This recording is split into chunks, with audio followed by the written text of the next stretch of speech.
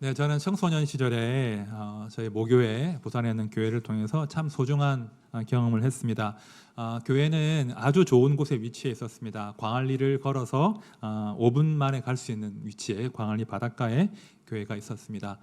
개척 교회였고 또 당연히 전도를 열심히 할 수밖에 없는 그런 교회였죠. 그래서 주일 밤마다 우리 청년들 또 학생들 중심으로 해서 광안리 바닷가로 노방 전도를 나갔습니다. 비가 오면 비옷을 입었고 우산 쓰고 태풍이 와서 이제 그 해변이 폐쇄가 되지 않는 한 매주일 쉬지 않고 노방 전도를 했습니다. 이렇게 전도한 열매가 있었을까요? 네, 열매가 있었죠. 그 노방 전도를 하면 그 시간에 주일 밤에 그 바닷가에 누가 앉아 있겠습니까? 주로 노는 아이들이 앉아 있습니다. 노는 아이들, 담배 피는 아이들, 술 마시는 아이들이 주로 앉아 있었고요. 아니면 연애하는 데이트하는 커플이 앉아 있었죠. 그럼 저희가 이제 철판 딱 깔고 이제 전도하러 다녔던 거죠. 감사하게도 열매가 있었어요. 그래서 당시 저희 교회가 성인 성도가 100명이 채 되지 않았던 걸로 기억하는데 청소년들이 30명, 40명 가까이 막 몰려들었던 그런 시절이 있었습니다. 그 당시 저는 목회자의 아들이었고 동시에 박힌 돌이었죠. 고인물이었고 그래서 한편 신이 나면서도 마음이 불편해지기 시작했습니다. 아무리 봐도 저는 모범생이고 아무리 봐도 새로운 저 친구들은 죄송합니다. 날라리 양아치처럼 보이는 거예요. 걱정이 되기 시작하는 겁니다. 저희 중고생 때 좀 노는 친구들은 술 담배는 기본이었죠. 그리고 이제 머리를 주로 노랗게 물을 들였습니다. 해보셨습니까? 그 탈색 네, 그렇게 했고요. 그리고 좀 더 노는 친구들은 본드나 부탄가스 흡입을 하는 친구들도 있었습니다. 부산이 그래요. 좀 험해요. 그런데 제가 보니까 새롭게 온 친구들이, 새롭게 온 학생들이 좀 그런 친구들처럼 보이는 거예요. 제가 속으로 걱정을 하기 시작하는 거예요. 그 당시 저는 인격적으로 예수님 만나기 전이었어요. 그래서 전혀 예수님에 대한 그것이 없던 믿음이 부족하던 시절이었는데 종교적인 판단을 하기 시작하는 거죠. 와, 저 학생들이 우리 교회를 망치면 어떻게 하나, 저 날라리들이 우리 교회 분위기를 어지럽히면 어떻게 하나, 막 그런 걱정이 막 어린 시절이지만 되는 거였습니다. 어른들은 어땠을까요? 막 청년들이 막 그 중고생들 막 모여올 때 어른들도 분명 마음이 불편하셨을 거예요. 하지만 크게는 내색하지 않으시고 이제 품어 주셨죠. 그래서 이제 환영해 주시고 말씀 가르쳐 주고 또 밥도 부지런히 해 먹이면서 그렇게 그때 학생들을 잘 키웠습니다. 그래서 어느새 시간이 지나니까 참 이렇게 거북스러웠던 양아치처럼 보이던 그 무리들이 어느새 교회의 형이 되고 교회 누나가 되고 교회 친구가 되었고 그 중에 한 명은 동갑 친구는 지금 목사가 되어서 부산에서 이제 가정법원하고 연계해서 이제 그 소년범들 이렇게 교화하는 그런 일을 지금 한 친구가 하고 있습니다. 저에게는 참 소중한 추억이고 경험인데요. 그런데 제가 이제 그 이후로 이제 대학을 오면서 출세해가지고 서울로 왔습니다. 큰 교회로 오게 됐고요. 그 다음에 제가 큰 교회만 부목사로 다 다니게 됐습니다. 그런데 그 작은 교회에서는 그런 경험을 했는데 그 이후로 제가 다닌 큰 교회에서는 그런 경험을 하지는 못했습니다. 솔직히 우리가 인정할 것은 교회는요, 대부분의 기성교회는 보이지 않지만 어떤 선이 있어요. 어떤 장벽이 있어요. 그러니까 그 선과 장벽을 뛰어넘지 못하는 경우들이 많아요. 가령 머리를 심하게 물들인 청년, 피어싱도 막 하고요. 문신을 아주 많이 한 어떤 청년, 혹은 피부색이 낯설고 좀 낯선 냄새가 나는 이주민 노동자들, 이주민 여성들, 미혼모, 혹은 시설에서 생활하고 있는데 부모가 없어서 이 자립을 준비하는 청년들, 혹은 마약이나 다른 기타 중독을 가진 그런 전력을 가진 사람들, 이런 사람들이 사실은 기성교회의 어떤 장벽과 선을 넘는다는 것은 굉장히 어렵습니다. 사람이 그래요. 사람들이 모인 교회가 그렇게 협소하다는 거예요. 나와 다른 종류의 사람들은 이렇게 본능적으로 경계하고 밀어내고 또 배제하는 그런 본성이 있습니다. 교회 또한 그런 본성이죠. 늘 경험하는 본성 아니겠습니까? 자, 우리 예수님께서 이런 배제의 본성을 가진 사람들 속으로 오셨습니다. 그래서 하나님 나라를 선포하십니다. 우리 예수님은 차별 없이 사람을 부르십니다. 참으로 다양하고 서로 이질적인 사람들을 함께 곁에 두시고 함께 어울리게 하시고 함께 식사를 하신다는 거예요. 자, 이것이 우리 예수께서 열어가신 하나님 나라의 하나님 면모겠죠. 자, 오늘 말씀 가운데 그런 이야기가 등장합니다. 자, 우리가 지난주를 기억해 보면 지난주 사건 기억나시죠? 중풍병자가, 그죠? 그 들것에 실려왔던 중풍병자가 어떻게 되죠? 일어나서 자기 손으로 그 자기 들것을 들고 걸어가는, 집으로 가는 놀라운 역사가 일어납니다. 그러자 예수에 관한 소문이 이제 그 가버나움과 갈릴리 지방에 막 퍼집니다. 그래서 사람들이 예수님께로 몰려듭니다. 그게 오늘 본문의 시작이에요. 자, 13절 말씀 우리 같이 한번 읽어볼까요? 시작. 예수께서 다시 바닷가에 나가심에 큰 무리가 나왔거늘 예수께서 그들을 가르치시니라. 자, 예수님께서 바닷가로 나가셨는데 큰 무리가 따라왔고 예수님께서 바닷가에서 그들에게 말씀을 가르치십니다. 저는 13절을 볼 때 그런 질문이 들어요. 마이크도 없는데 어떻게 그 많은 사람들에게 바닷가에서 말씀을 전하셨을까? 야외에서 말입니다. 특히 제가 그 바닷가 노방 전도를 많이 경험해 본 입장에서 말이 안 되거든요. 이게 말씀이 들리기는 했을까? 이게 어떻게 가능했을까, 여러분? 궁금하지 않으세요? 자, 제가 말씀드렸죠. 이런 주변적인 것에 마음 뺏기면 안 된다고 했죠. 이거는 나중에 저희가 갈릴리 혹시 성지순례 가서 확인해 보면 돼요. 자, 지금 우리가 확인하고 싶은 것은 그런 예수님께서 바닷가에서 말씀을 가르치셨다는 거예요. 자, 그 바닷가는 다 아시는 대로 갈릴리 호수를 의미하는 거예요. 자, 중풍병자를 고치신 곳이 가버나움이었죠. 제가 지도를 보여드릴게요. 제가 요즘의 지도인데요. 보시면 갈릴리 호수 북쪽에 바로 접해 있는 작은 어촌 마을이 가버나움이에요.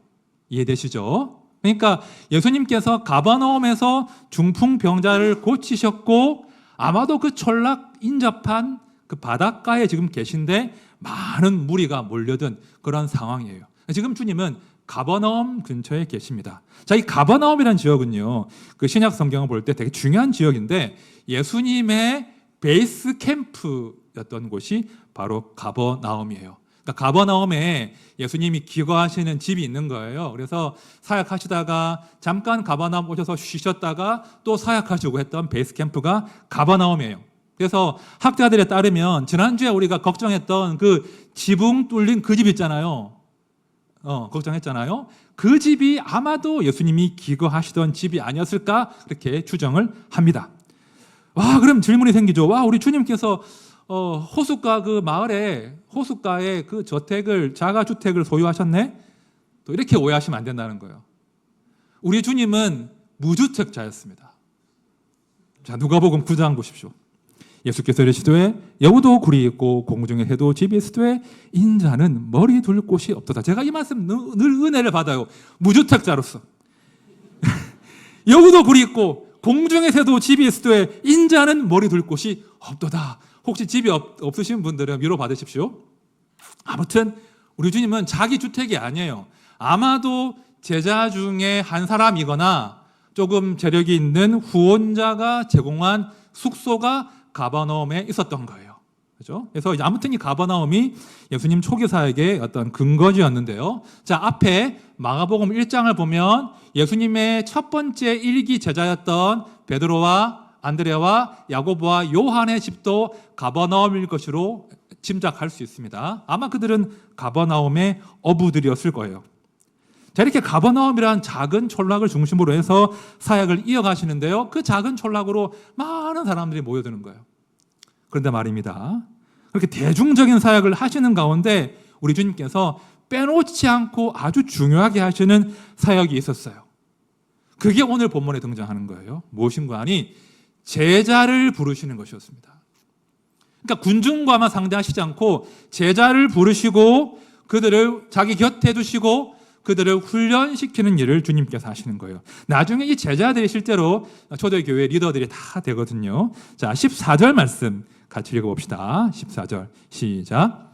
또 지나가시다가 알페오의 아들 레위가 세관에 앉아 있는 것을 보시고 그에게 이르시되 나를 따르라 하시니 일어나 따르니라. 자, 이제 가버나움에 아마 세관이었던 것으로 추정이 되는데 세관에 앉아 있던 레위를 제자로 부르십니다. 레위의 직업이 무엇이었겠습니까? 세리였죠. 당연히 세리였습니다. 자, 세리는 설명을 드리면 세금 징수원, 세금을 걷는 사람을 세리라고 우리가 통칭하는데요. 예수님 당시의 세리는 독특한 방식으로 세금을 징수했습니다. 그러니까 로마의 징수 제도는 그 세금을 거둘 수 있는 권리를 입찰하는 방식으로 세금 징수원을 모집했어요. 예를 들면 저 1억 원의 세금을 거둘 수 있는 권리를 사겠습니다라고 입찰을 하는 거예요.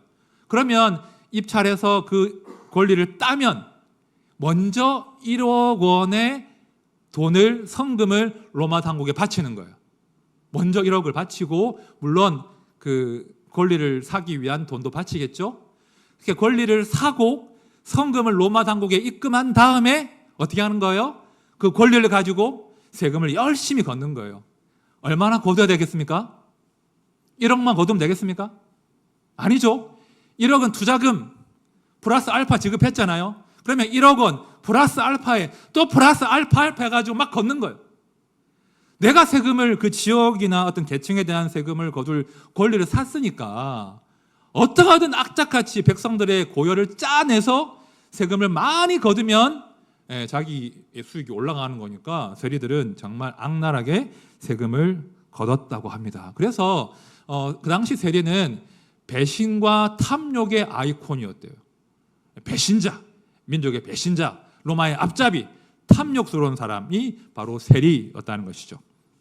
그런데 그 상종 못할 인간, 그 돈에 미쳐가지고 민족을 팔아먹고 욕심부리던 그 날라리, 양아치 세리가 지금 어디 앉아 있는 거예요? 세관에 앉아 있는데 그 세리 레위를 우리 주님께서 부르신다는 거예요. 그 장면이 14절의 장면입니다. 그런데 제가 이제 14절을 좀 묵상하면서 그 세리가 이제 앉아 있었잖아요. 왜 앉아 있었을까? 그런 묵상을 제가 좀 해봤습니다. 좀 상상력의 부분이긴 한데요. 여러분, 세리가 왜 앉아 있었을까요?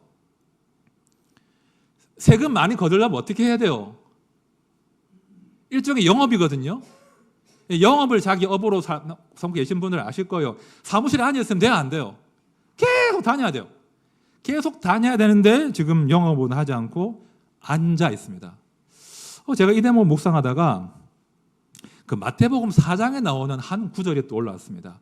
흑암에 앉은 백성, 이런 구절이 나오거든요. 근데 이 흑암에 앉은 백성, 세관에 앉아있는 레위, 이 앉아있다, 동일한 헬라어 단어를 지금 사용한다는 거예요. 앉아있다, 이 말은 주저앉다, 이런 의미도 포함되는 그런 말이거든요. 제가 이 대목을 묵상하다가 이 레위라는 사람의 그 어떤 슬픔, 절망, 이런 것들이 스며 있는 표현이 아닐까 제가 묵상을 해봤습니다. 여러분, 사람이요, 언제 진짜 절망하는 줄 아십니까? 언제 자포자기하는 심정이 되는 줄 아십니까? 언제 막 사는 줄 아십니까? 더 이상 돌아갈 곳이 없을 때 그래요. 내가 더 이상 사람답게 살 수 있는 소망이 없구나, 이제는 돌이킬 수 없구나 라고 판단이 되면 절망해요. 막 살아요. 자포자기예요. 그 자포자기의 절망과 슬픔은 굉장히 큰 거거든요. 아마 저는 이 대목에서 레위가 그렇게 하지 않았을까라고 상상하고 추정해 보았습니다.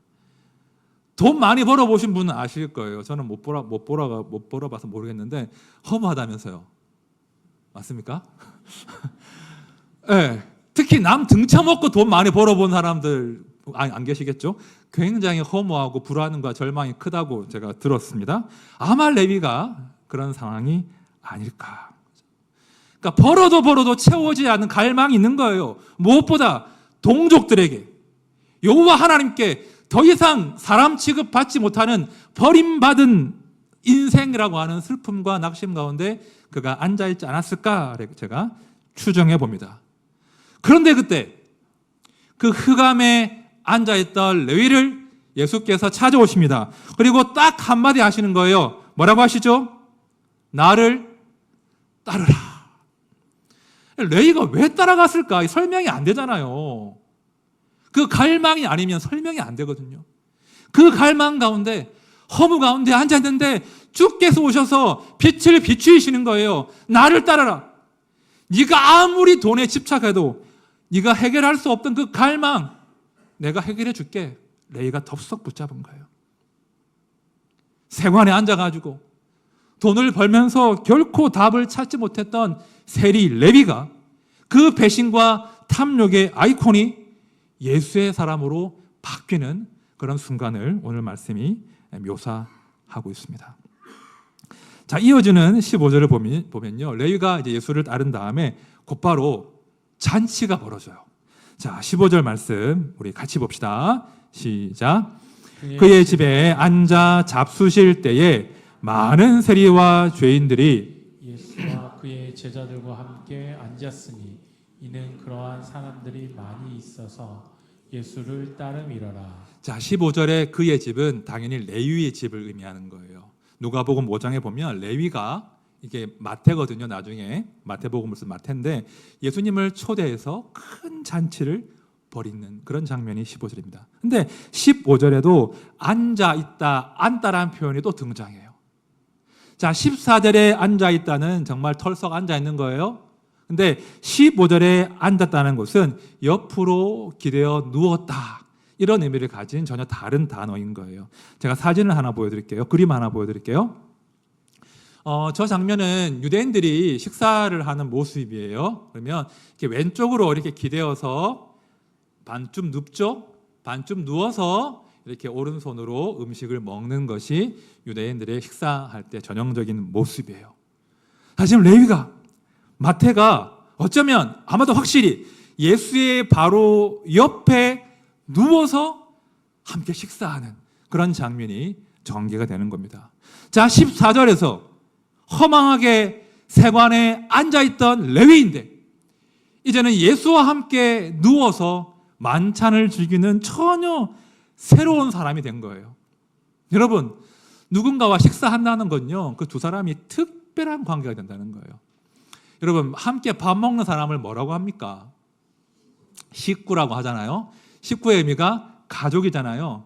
그러니까 함께 밥 먹는 식구라는 말의 의미는 우리 가족입니다 라는 의미이고요. 그리고 운명 공동체입니다, 우리 같은 조직입니다, 이런 뜻이 식구란 말의 의미예요. 여러분들 뭐 영화들을 보시면 그 어둠의 형님들이 나오잖아요. 그 조직에 계신 분들이 막 나와서 이제 그런 영화들 보시죠. 그 영화들을 보면 인사할 때 이렇게 인사해요. 어떻게 인사? 만나면은 형님 식사하셨습니까? 그거 못 보셨습니까? 형님 식사하셨습니까? 아우는 드셨는가? 이렇게 대화가 된단 말입니다. 한 조직이니까, 한 식구니까 밥을 굶지는 않았는지 물어보고 같이 밥 먹고, 이게 식구고 이게 가족인데 지금 레위가 세리 레위가 예수의 식구가 되는 장면이 15절인 거예요. 그렇죠? 이전까지는 사람들이 레위랑 밥 먹으려고 했겠습니까? 안 먹었을 거예요. 혼자 먹었겠죠. 근데 지금 레위가 예수와 함께 식사하는, 예수와 가까이 누워 예수의 식구가 되어 식사하는, 그러니까 레위가 예수의 사람으로 인정되는 그런 장면이 펼쳐집니다. 자, 그러자 그때 그 모든 장면을 도끼 눈을 뜨고 보고 있던 사람들이 있었어요. 자, 누굴까요? 자, 16절 말씀 같이 봅시다. 시작.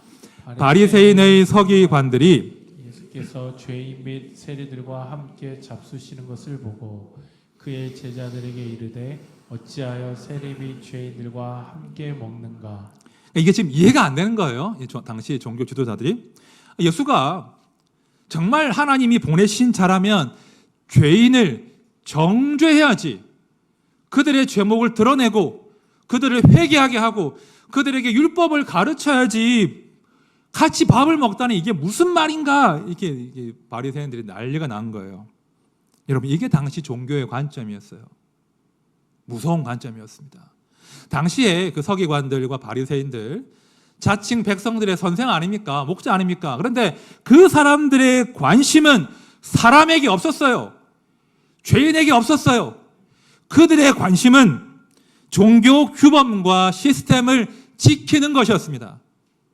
혹여나 우리의 규범과 우리의 시스템과 우리의 기준이 오염되지는 않을까 전전긍긍하면서 죄인들을 배제하는 방식으로 자기 시스템과 종교를 유지하던 것이 그 당시 유대교의 모습이었다는 거예요. 기준을 정하고 울타리를 치고 이 기준과 자격에 미달되면 배제, 제외하는 방식으로 사는 것이 하나님을 잘 섬기는 것이다 라고 하는 못된 생각을 했던 것이죠. 자, 이 대목과 연관해서 예일대 교수님 중에 미로슬라브 볼프라는 분이 계신데 배제와 포용이라고 하는 유명한 책을 썼어요. 그 책의 한 대목을 제가 다른 책이 인용한 것을 읽어드릴게요. 다른 책에서 인용한 것. 예수님과 당시 종교 지도자들의 큰 차이점 하나는 그들은 도덕적 혹은 종교적으로 다른 사람들을 배척하는 것을 미덕으로 여긴 반면 예수님은 그런 배타성을 죄로 여기셨다는 것이다. 예수님께서 사람들을 배제하느라 혈안이 되어 있는 바리새인들이 너무 안타까우시고 너무 화가 나신 거예요.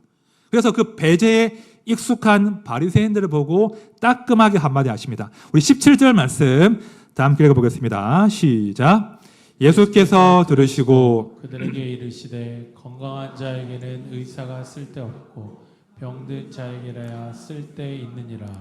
나는 의인을 부르러 온 것이 아니요 죄인을 부르러 왔노라 하시니라. 자, 보십시오. 여기에 예수께서 세우시는 하나님 나라의 면모가 정확히 드러나요. 우리 예수님은 배제하는 방식의 그 종교인들의 경계를 허물고 죄인들을 가까이 하십니다. 모든 죄인들을 자기에게 끌어당기시는 분이 예수 그리스도이신 거예요. 여러분, 누가 의인입니까? 누가 죄인입니까? 누가 더 의롭고 누가 좀 조금 더 그래도 경건하고 혹은 반대로 누가 더 죄인이고 더 나쁜 죄인이고 이런 경중을 따지는 것이 의미가 있습니까? 없죠. 하나님 보시기엔 다 죄인들인 거예요. 우린 다 죄인이에요. 그러면 누가 의인이 될 수 있습니까? 오늘 17절은 분명하게 말씀하는 거예요. 내가 죄인임을 아는 그 사람, 내가 예수가 필요함을 아는 그 사람, 예수의 부르심에 응답하고 다시 예수에게 내 삶을 맡기기로 결단한 그 사람이 의인의 길에 비로소 들어갈 수 있다는 거예요. 어떤 기준을 통과하는 사람이 아니에요. 내가 다시 내 인생의 방향을 예수께로 향하는 그 사람이 의인의 길에 들어선 사람인 것입니다. 주님, 내 삶은 주님 없이는 고장 나버렸습니다. 제 삶에는 답이 없습니다. 제가 다시 예수 안에서 인생의 답을 찾아보고 싶습니다. 이런 절박한 마음을 가진 그 사람이 의인이 되는 거예요. 반면에 교회를 다니면서도 혹은 목사 노릇하면서도 혹은 교회의 장로가 되고 리더가 되었는데도 여전히 예수 없이도 자신만만하다면, 여전히 예수 없이도 내 삶을 경영할 수 있다고 한다면 그 사람은 머지않아서 절망을 마주할 거예요. 특히 교회 안에서 그런 사람들 많거든요. 교회 안에 들어왔으면서도 여전히 예수 없이도 자신만만하다면 반드시 주께서 절망하게 하실 겁니다. 그것이 은혜예요. 그렇죠? 우리를 주저앉게 하실 겁니다. 다시 예수를 갈망하게 만드실 거예요. 기억하십시오. 예수 없는 삶이 행복하다, 살만하다 하시는 분들 반드시 예수 앞에서 자신을 적나라하게 드러내고 내가 죄인임을 인정하고 다시 예수께 의탁하는 그 삶을 시작하셔야 돼요. 그래야 소망이 있는 거예요. 그 가난한 마음이 우리의 신앙생활과 제자도의 출발임을 기억하셔야 됩니다. 오해하시면 안 돼요. 주님, 저는 배경도 없고요, 몸도 아프고요, 돈도 없고요, 받을 유산도 없고요. 이런 신세 한탄이 가난한 마음이 아니에요. 다시 말씀드립니다. 예수께서 계시지 않는다면, 예수께서 내 삶에 찾아오시지 않는다면, 진실로 예수께서 나를 불러주시지 않는다면 내 삶에는 소망이 없음을 인정하는 그 사람의 삶이 제자의 삶으로 한 걸음 성장하게 되는 거예요. 그게 오늘 말씀에서 우리에게 던지는 도전입니다. 자, 그런데 말입니다. 우리 주님은 그렇게 한 사람을 부르시는 것으로 그치지 않고 한 걸음 더 나가신다는 거예요. 자, 15절 말씀 제가 한번 다시 읽어볼게요. 잘 들어보십시오. 그의 집에 앉아 잡수실 때에 많은 세리와 죄인들이 예수와 그의 제자들과 함께 앉았으니 라고 기록하고 있습니다. 자, 그냥 세리와 죄인들이 예수와 함께 앉아 밥 먹었다라고 하면 돼요. 근데 마가는 아주 의도적으로 많은 세리와 죄인들이 예수와 그의 제자들과 함께 앉았다라고 지금 기록하고 있는 거예요. 의도가 있는 겁니다. 여러분, 예수님의 1기 제자들이 어부들이었죠. 갈릴리 가버나움의 어부들이었죠. 그 갈릴리 가버나움의 어부들이 물고기를 잡으면 세금 낼까요? 안 낼까요? 내죠. 세리는 소득이 발생하면 다 세금 부과했단 말이에요. 악랄하게. 자, 갈릴리 어부들이었던 베드로와 야고보와 안드레와 요한은 반드시 물고기 세를 냈을 겁니다. 누구한테 냈을까요? 세리한테. 그러면 동일하게 가버나움의 세리였던 레위를 제자들이 알았을까요? 몰랐을까요? 이건 상상의 영역이에요. 하지만 참고로 가버나움은 큰 도시가 아니에요. 작은 도시예요. 아마도 추정컨대 예수님의 1, 2기 제자들은 레위를 굉장히 싫어했을 겁니다. 혹시 몰랐다고 할지라도 이 세리라는 종류와는 상종하기 싫었을 거예요. 지금 상황이 정리되십니까? 지금 예수님은 제자들이 세리 레위와 한 상에서 먹게 하신다는 거예요. 놀라운 일이 벌어진 겁니다. 그러니까 예수님이 아니었다면 일어날 수 없는, 만들어질 수 없는 식탁 공동체 조합이 제자 공동체가 지금 만들어지는 거예요. 예수가 아니라면 서로 볼 일이 없는데 예수 안에서 그들이 한 제자가 되고 한 식구가 되었다는 거예요. 이것이 예수께서 만들어 가시는 하나님 나라의 새로운 한 면모예요. 말씀 들어보십시오. 이제는 전에 멀리 있던 너희가 그리스도 예수 안에서 그리스도의 피로 가까워졌느니라. 이 원리예요.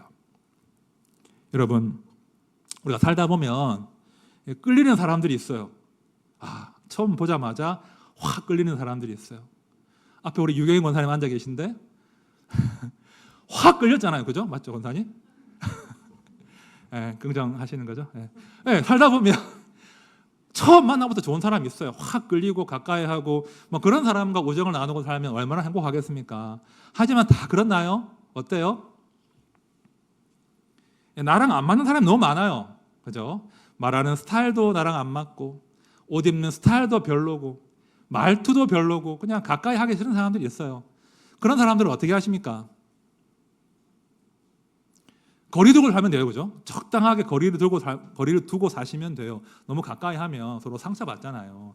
그게 삶의 지혜거든요. 가까이 두고 좀 거리 두고 살면 돼요. 그런데 교회는 좀 달라요. 교회는 썩 마음에 안 들어요. 썩 내 스타일도 아니에요. 그리고 교회가 아니라면 저분과 내가 이렇게 함께 마주 앉을 일이 있을까 싶은 분들이 모인 곳이 교회란 말입니다. 교회는 굉장히 신기한 공동체예요. 그죠? 그러니까 교회는 서로 다른 사람을 밀어내는 힘보다 예수께서 우리를 잡아주시는 힘이 강한 신기한 공동체가 바로 교회인 거예요. 우린 교회에서 참 다양한 사람들과 친구가 되고 형제와 자매가 되는 거예요. 제가 친구를 뭐 많이 사귀는 편은 아니에요. 저는 깊게 이렇게 소수로 사귀는 편인데 저기 울산에 가면 울산시민교회라고 저희 교단에 큰 교회가 하나 있어요. 네, 거기에 담임 목사가 저의 베스트 프렌드예요. 저도 인정하고 그놈도 인정하고 그 친구도 인정하고 교단이 인정하는 베스트 프렌드입니다. 근데 이제 사실은 20살에 그 친구를 처음 만났는데 저는 그 친구가 참 불편했어요. 교회에서 만났는데 저를 갑자기 너무 좋아하는 거예요. 뜬금없이. 처음 만났는데 너무 좋아해요. 전 너무 부담스러웠어요. 아니 처음 봤는데 왜 자꾸 나한테 붙나, 나를 자꾸 따라다니나. 저는 계속 밀어내고 싶었어요. 저는 혼자 있고 싶은데 그 친구는 자꾸 저를 불러내요. 어디 가자 그러고, 함께 책 읽자 그러고, 함께 선거단체 하자 그러고, 함께 기운실 가보자 그러고, 정말 귀찮게 하는 거예요. 너무 기질이 달라요. 뭐 다시 안 볼 듯이 싸우기도 여러 번 했던 친구예요. 그런데 이제 참 교회가 아니라면 이렇게 친구가 될 확률이 거의 제로에 가까운 그런 기질이죠.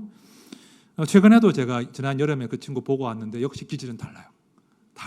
다시 확인했어요. 하지만 30년 우정입니다. 제가 그 친구를 정말 사랑합니다. 너무너무 좋아하고 저에게 소중한 친구가 되었습니다. 왜 그럴까요? 그냥 시간이 지나서 정든 것일까요? 그거 아니에요, 여러분. 그거 아니에요. 제가 깨달은 것은 주께서 나를 귀하게 부르신 것처럼 내 주께서 그 친구도 귀하게 부르셨거든요. 예수께서 나를 감격적으로 부르신 것처럼 주께서 그 친구도 감격적으로 부르셨거든요. 예수가 나를 당신의 제자로 삼으신 것처럼 그 친구도 제자로 삼아 곁에 두셨거든요. 저는 예수 안에서 그 친구를 사랑하지 않을 수가 없는 거예요. 그것이 예수가 만들어내는 새로운 공동체의 모습이에요. 우리 주님은요, 굉장히 유쾌하고 품이 넓으신 분이세요. 날라리도, 양아치도, 죄인도 예수 안에서 친구가 될 수 있는 거예요. 오죽하면 우리 예수님 별명 아시죠? 어떤 별명인지 아십니까? 먹기를 탐하고 포도주를 즐기는 사람. 이게 무슨 말이냐면 돼지, 술 주정뱅이, 그리고 세리와 죄인의 친구, 양아치, 건다 이런 말 아니겠습니까? 그렇게 별명으로 불릴 만큼 우리 주님은 그 많은 사람들을 당신의 사람으로 불러 모으신다는 거예요. 그렇게 우리가 여기 모여 있는 것입니다. 다락방으로 모여 있는 거예요. 그리고 한 가정으로 모여 있는 겁니다. 예수가 아니라면 설명할 수 없는 우리 인생이고 우리의 모임인 것이죠. 그래서 서로를 밀어내는 힘보다 예수 안에서 당기는 힘이 강한 곳이 교회입니다. 그래서 그 예수님 때문에, 예수를 통해서 우리가 서로 밀어내지 않고 그래도 서로 사랑하고 존중하고 한 공동체로, 한 몸으로 지어져 가는 것입니다. 여러분 기억하십시오. 예수가 계신 그곳에 잔치집이 되는 거예요. 예수가 계신 그 레위의 집이 비록 죄인의 집일지라도, 죄인들이 모인 집일지라도 그곳이 잔치집이 되는 거예요. 우리의 가정도, 우리의 다락방도, 우리 하나드림 교회도 그곳에 예수가 계셔야 하나님 나라가 되고 천국이 되는 것입니다. 오직 예수를 통해서 우리가 주 안에서 사랑하는 한 가족으로 지어지는 것이죠. 이제 말씀을 정리하겠습니다. 제가 최근에 열심히 부르고 듣고 있는 찬양 한 곡을 제가 소개를 하면서 말씀을 정리할 텐데, 나는 하나님께 속한 자라고 하는 찬양이 있습니다. 이게 좀 낯선 곡일 텐데 이렇게 가사가 진행이 돼요. 내가 누구인지, 어디서 왔는지, 살아가는 이유와 돌아갈 곳을 아네. 난 주께 속한 자, 주가 지으신 존재, 그의 뜻을 따르며 그 나라 기다리네. 우린 하나님께 속한 자, 사랑받는 그분의 자녀, 그의 나라와 의를 먼저 구하며 주와 함께 이 길을 걷네. 이런 찬양이 있습니다. 낯선 곡이라서 우리 찬양팀이 먼저 부르고요. 쭉 부른 다음에 함께 부를 텐데, 주여, 우리가 어디서 왔는지, 내가 살아갈 이유와 돌아갈 곳을 아는 자임을 다시 한번 기억하시고요. 우리가 함께 예수께서 불러서 이곳에 모인 자임을 기억하면서 그 소중한 공동체를 감사로 올려드리는 그런 찬양 시간 되면 좋겠습니다. 우리 한번 먼저 찬양팀이 불러보겠습니다.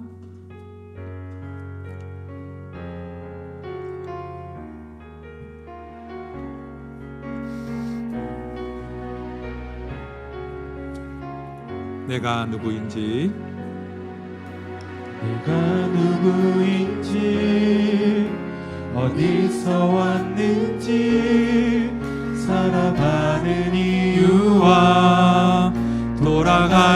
곳을 아네. 난 주께 속한 자, 주가 지으신 존재, 그의 뜻을 따르며 그 나라 기다리네.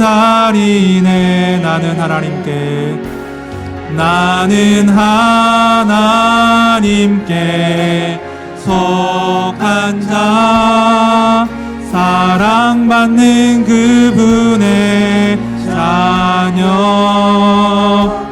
그의 나라와 의를 먼저 구하며 주와 함께 이 길을 걷네. 가사가 참 좋죠.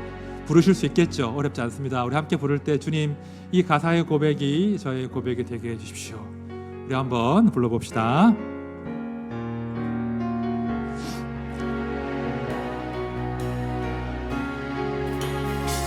내가 누구인지 어디서 왔는지 살아가는 이유와 돌아갈 곳을 아네. 난 주께 속한 자, 주가 지으신 존재, 그의 뜻을 따르며 그 나라 기다리네. 우리 한 번 더요. 내가 누구인지 어디서 왔는지 살아가는 이유와 돌아갈 곳을 아네.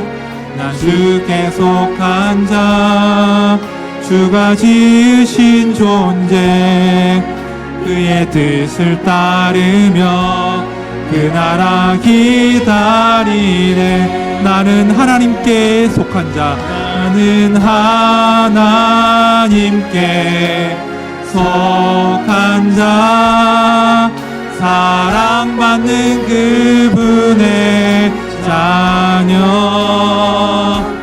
그의 나라와 의를 먼저 구하며 주와 함께 이 길을 나는 하나님께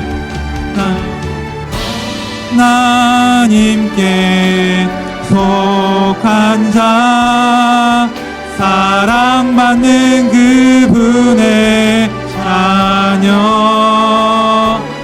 그의 나라와 의를 먼저 구하며 주와 함께 이 길을.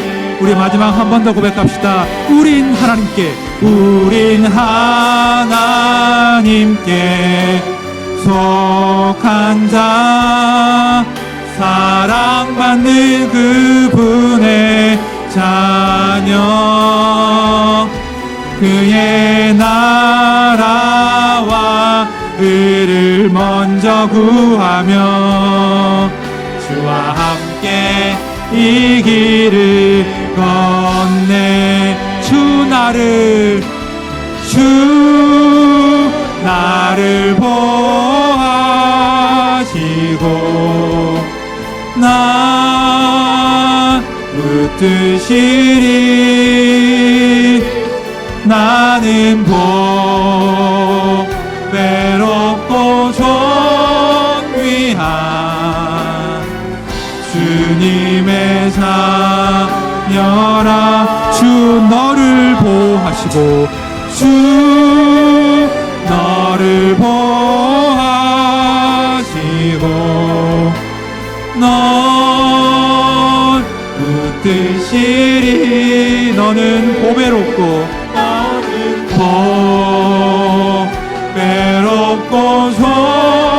존귀한 주. 우리 마지막 한 번 더 축복합시다. 주 너를 보호하시고 주 너를 보호하시고 넌 붙드시리. 너는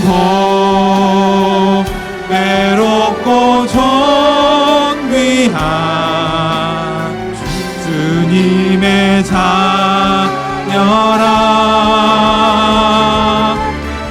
주 너를 보호하시고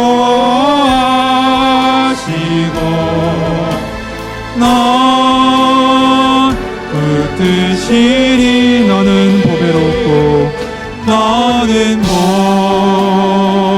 보배롭고 존귀한 주의 자녀. 우리 성도들이 잊지 말아야 할 것은 예수께서 우리를 불러주셨다는 것입니다. 예수께서 우리를 부르셔서 예수의 식구로 삼아 주셨다는 것입니다. 예수의 곁에 예수의 의지하여 누워서 예수와 함께 떡을 떼는 자로 불러주셨다는 것입니다. 우리의 삶은 예수로 인하여 새로운 의미와 소망과 목적이 생긴 거예요. 그래서 예수께서 부르신 자들은 반드시 예수 안에서 삶을 발견하기 위해서 예수와 함께 그 길을 가셔야 돼요. 예수께서 부르셨는데 예수 밖에서 의미를 찾으려고 하면 그 삶은 또 절망을 마주할 거예요. 우리 기도합시다. 주님, 저를 불러주셨는데 제가 예수 안에서 내 삶의 의미와 길과 방향을 다시 한번 재조정하게 해주십시오.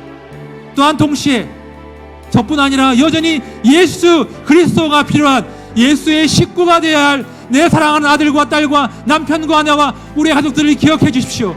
예수님 그들을 불러주셔서 당신의 식구와 자녀와 당신과 함께 길을 걷는 자로 삼아 주십시오. 우리 함께 중보하며 나를 위하여 가족을 위하여 함께 기도합시다.